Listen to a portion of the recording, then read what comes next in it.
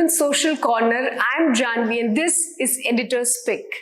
Today on our show, we will be speaking to Darshan Shah. He is the chairperson of CII Gujarat State Council and he's also the MD of Hitachi Hi-Rel Power Electronics. Today we'll deep dive into his journey of how he started, what were the challenges, and also about AI in his industry. Welcome Darshan Bhai to Women's Social Corner. To start with, as you are newly appointed the chairperson of CII, Gujarat State Council, tell us about few of the aspects that you will focus on. In CII? Yeah. So CII, we have set a theme for this year, which is Gatishil Gujarat, fueling India's growth. Okay. So Gujarat has always been one of the prime movers of the Indian economy. And so this year we wanted to re-emphasize that thing. And so basically we want to focus on furthering Gujarat's advancement by not only manufacturing in Gujarat, but not only for India, but for the world. Okay. So we want to raise the aspirations of Gujarat industries and truly help them, have global aspirations. And at the same time, focusing on, the various, the way to do it would be to help them improve their competitiveness in terms of capabilities and capacities.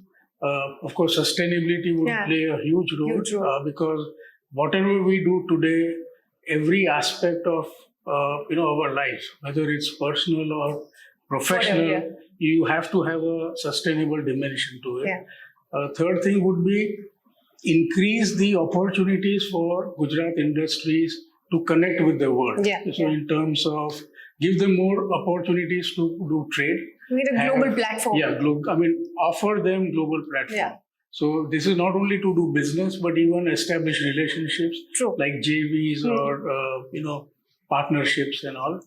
And last but not the least, skill development, skilling so that, we help the youth to get meaningful jobs. So it's a win-win. The industry needs jobs, good talent.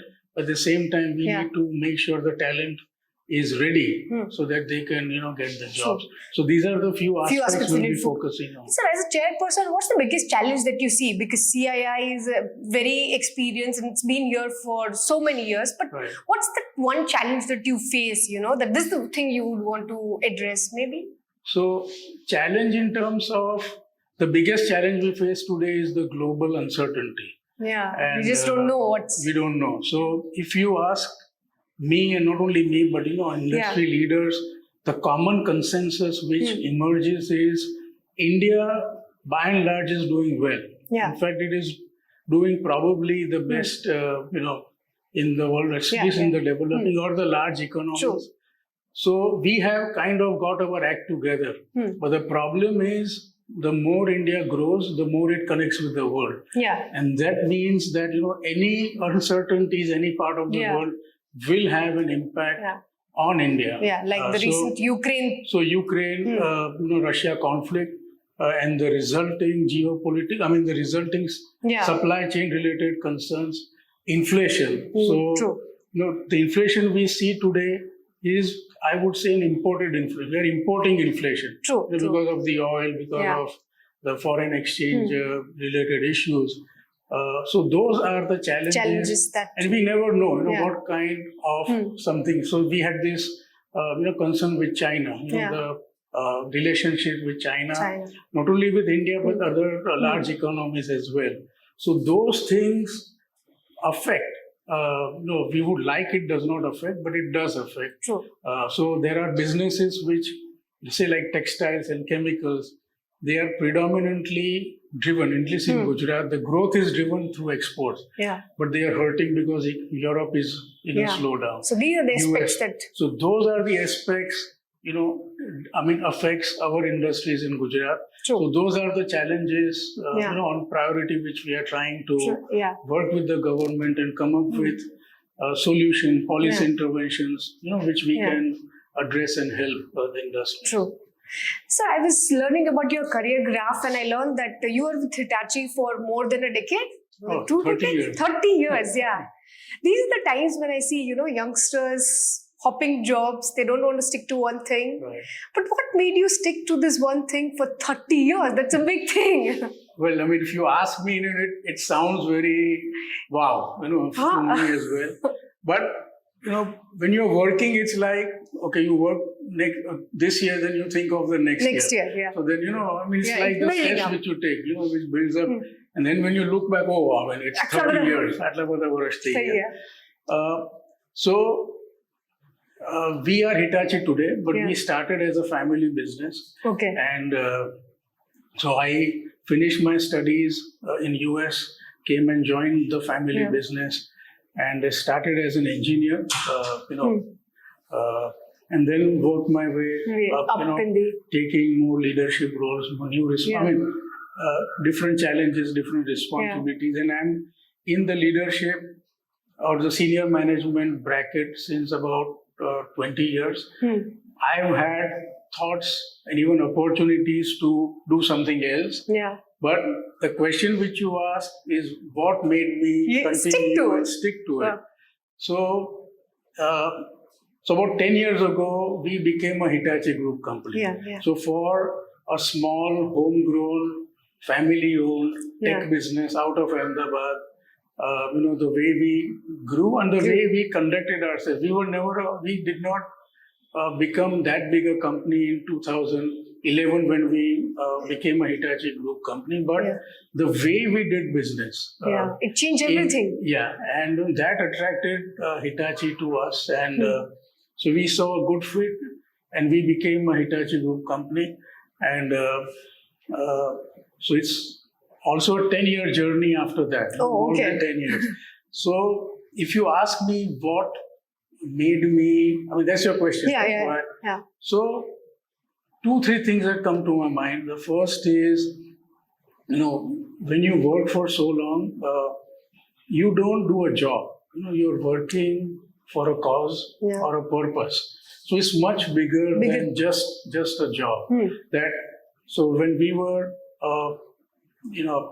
before Hitachi, so again, a small company, we were competing the giants like Siemens and ABB in technology space. And so that kept us going.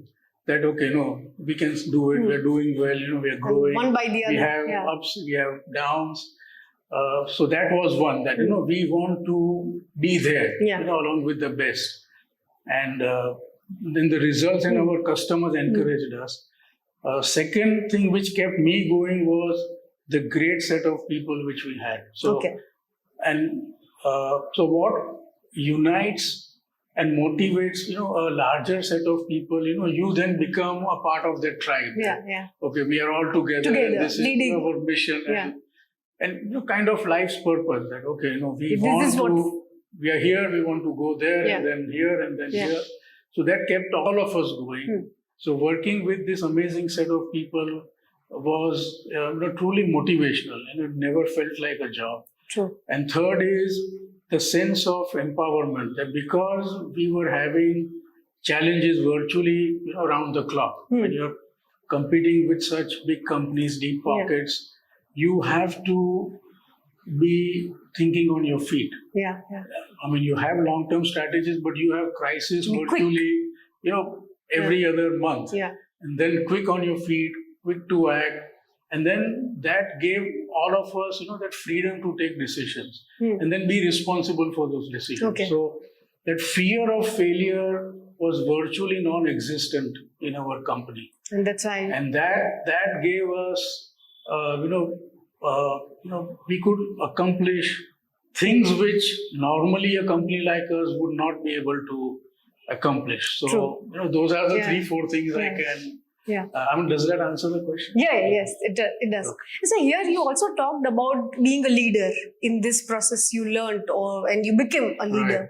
So if you could share some ways, some tips on how to be a good leader. What I would say, so are you looking for some attributes? Some attributes, yes. What the young professional should inculcate.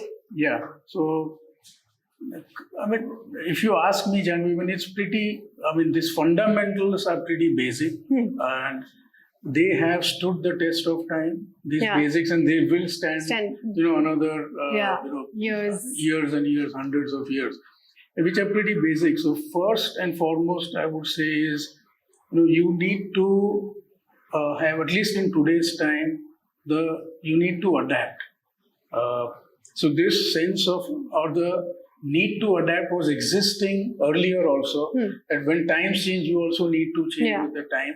But in today's world, especially with technology and AI, we keep hearing about AI flavor. But I would broadly term it as technology, right? AI is a part of the overall bigger picture. Yeah. So that is causing disruption at a pace which we have never seen before. Yeah. And what is going to come next is what probably we cannot even imagine. By we, I don't mean you and me, but even the thought leaders, they admit that what is going to come next, can't predict. It's beyond our imagination. Yeah. So what is happening today, if you ask me, the lines between the physical world, the digital world, and the biological world, are blurring. The boundaries are blurring. Yeah. And the fusion of advancement in technologies like computing, IoT, this Internet of Things, genetics, biotechnology, materials or nanotechnology, nanomaterials. So all these fusion is throwing up, endless kind of possibilities. Yeah. And for example, 10 years ago, you would not have heard of a drone operator as a job. Yeah, as a job. Right? You would not have heard of a cloud architect or a social media manager or an influencer. True. Now we have all of that. We have. Now it's, everybody knows what that means. But 10 years down the road, we'll come up with some new jobs resignations, some new we are jobs. not even aware of. True. Right? So I'm just kind of extrapolating. So what this means is the professional today, even if he has graduated or come out of good schools, but that is static. What you learn in school is what you teach or is being taught at that time. But then you have to adopt. The key capability is 10 years now, when what I'm doing is no longer relevant. What next? What next? So the first biggest attribute I would suggest is adaptability. Adaptability. That you need to have a mindset which makes you open to welcome changes. Yeah. And the desire that the change, yes, it may be fearsome, but it can also bring me opportunity. So that mindset to me is the biggest quality of a leader. Not only of a leader, but any professional, anyone who is out there to make a career in any field. You have to be ready to adapt. And to adapt, you need, after adaptation, naturally what follows is, the learning, desire to learn new skills. Because what I am doing today may not be there tomorrow. Or what you are doing today may not be there tomorrow. So you need to be willing to first see that this change is coming, but then kind of reinvent oneself. True.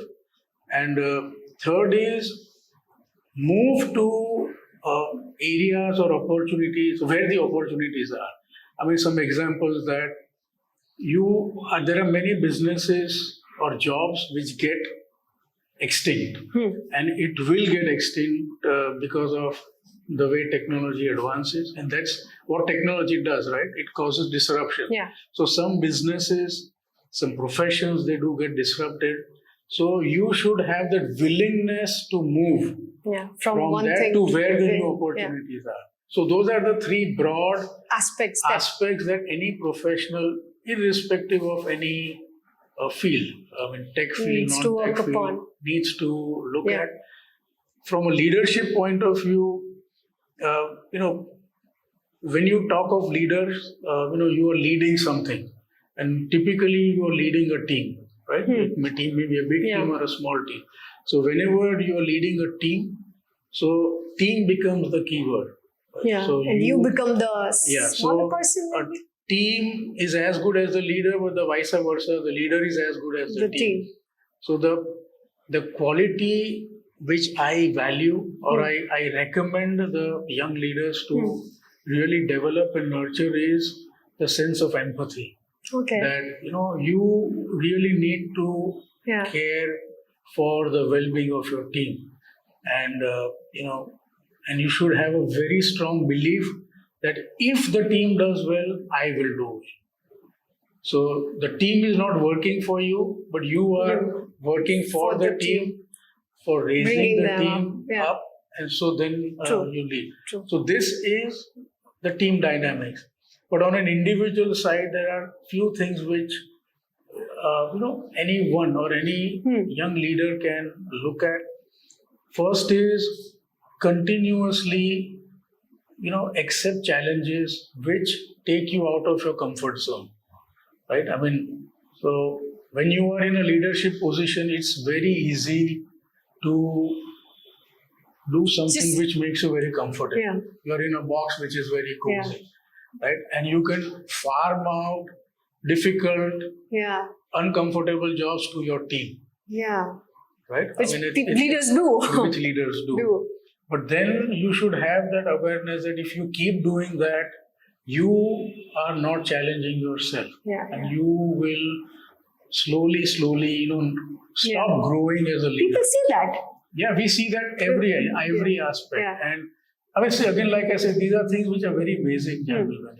And if you ask somebody 50 years down the road, probably these are the same things that will matter. But in the rush of things, in the pressure of day to day, these are the things which are often forgotten. True. The other aspect for one's development as a leader, I would strongly encourage, other than working consciously to accept challenges which take you out of comfort zone, is network. Okay. Develop your own personal networks. Consciously meeting people? Consciously, yes. Yeah. Right. So in my case, I am a very shy person. I don't like, I have a very few small set of friends, and so to really challenge myself, I got involved in CII. Oh, okay. So, this will help me, contribute to something.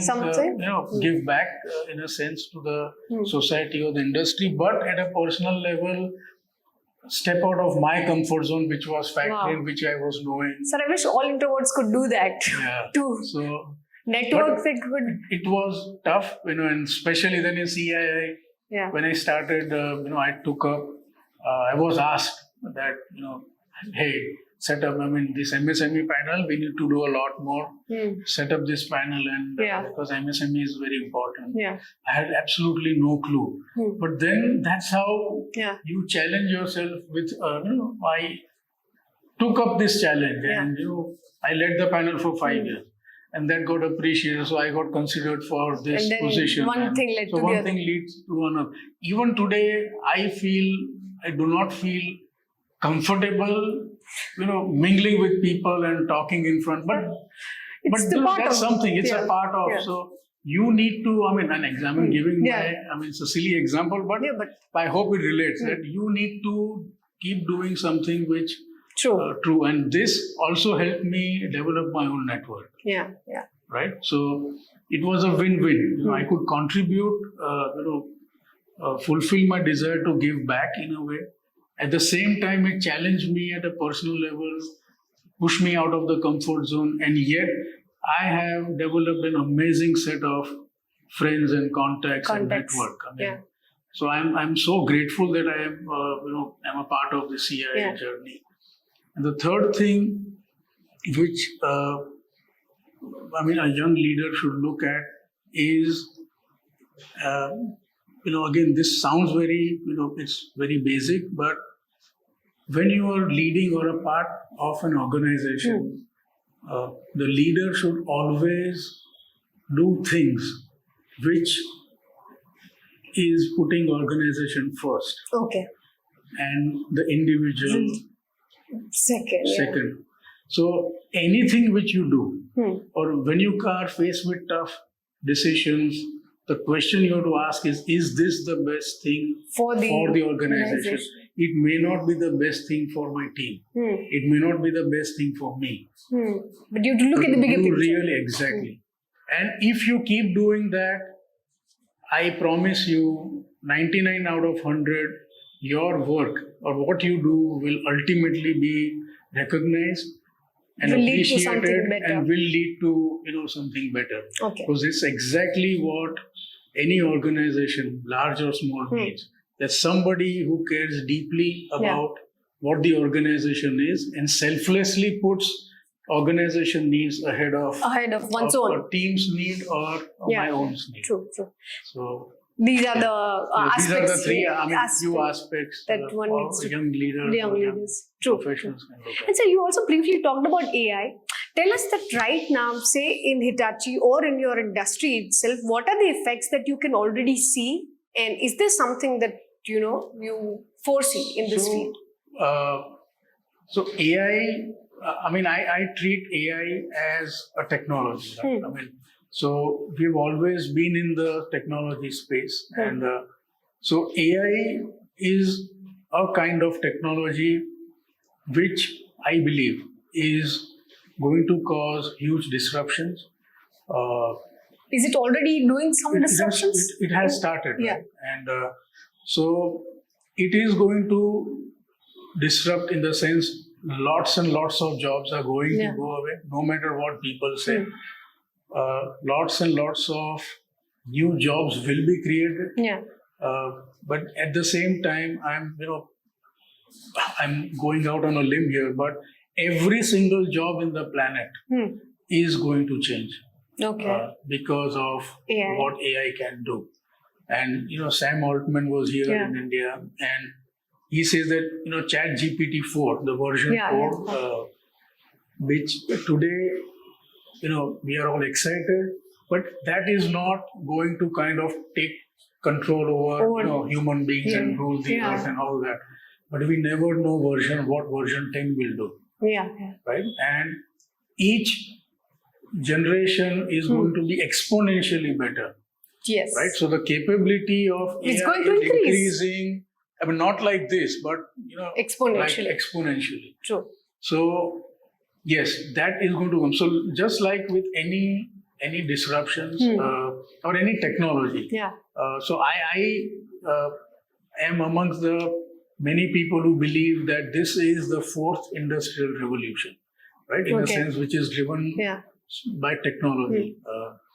So that, broadly speaking, about a quarter of jobs, I'm saying across the industry, are going to go away. And what are those jobs? So those jobs would be typically, procedural, that like a cashier sitting on anywhere in data outlet.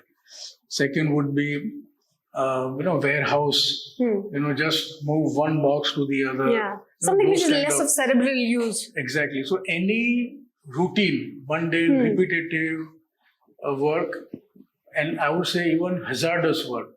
So like, people working in where there is a risk of fire or explosion, or in hazardous gas area. So those are the jobs which are definitely going to go away, right? And they will be completely taken over by AI-driven or AI-enabled or AI-powered tech. Second, I would call it medium risk. And what are those? Why medium risk is because anywhere from say 30 to 70% of what they are doing today will be affected. I'm not saying disrupted, but affected due to AI technology. And, so what are those jobs? So somebody say like accountants, doctors, lawyers, journalists. And there AI can actually be something like a co-pilot or an assistant. But then the risk is how quickly the AI adapts. True. And because AI is a self-learning thing. So what the doctor will be using AI, say today, but 5 years later, it can be, they can do a lot more. So my question was like, primarily on ground, say in Hitachi or in your industry, like, do you currently see things changing? There is a movement. We are not seeing it right now. Right now? But see, we are a company which continuously employs technology.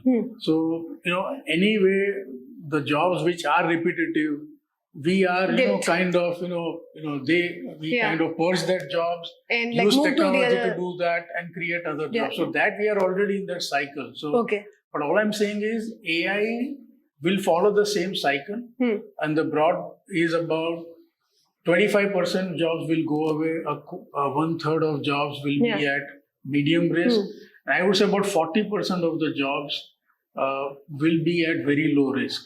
Those jobs would be like wherever feelings, emotions, emotional intelligence, those kind of skills or attributes are required. There AI will have a hard time replacing that. But I still call it low risk again because we just don't know. Version 10, we don't know how it will come up. So they would be like nursing, law enforcement. I would say even leaders. You cannot just have you need to have empathy to understand the emotions, the expressions. Everything is going to change. Right. So, and the same thing would apply to any business. I mean, in a few percentages here or there. So, in my business also, it would be, or in Hitachi business, the same thing. Repetitive job, hazardous job, first to go. And then there would be jobs where AI would play a significant role in assisting those jobs. And the degrees would keep on. Yes. So in our case, engineering. So when you're doing engineering, you'll take help of more and more tech which is available. But then 10 years down the road, whether they will take over completely, I honestly don't know. Like an infinite zero carbon energy source. Something we never imagined. So those are the things which are happening. Other thing is, using IoT and other technologies for dramatically increasing the crop yield. Right? So that has effect in agriculture. Coming up with autonomous cars, self-driving cars, intelligent robots which, communicate and coordinate very seamlessly with human beings.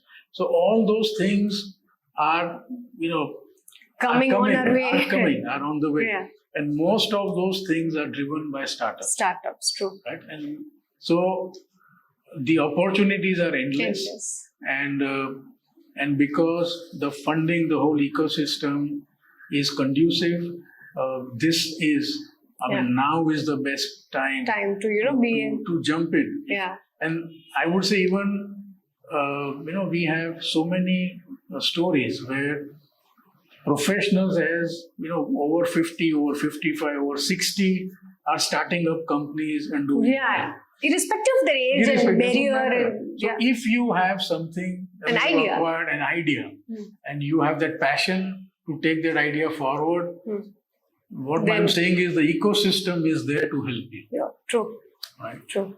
So, thank you so much for sharing your insights. And for more such stories, for more such conversations, keep watching Women's Social Corner. Thank you. Thank you.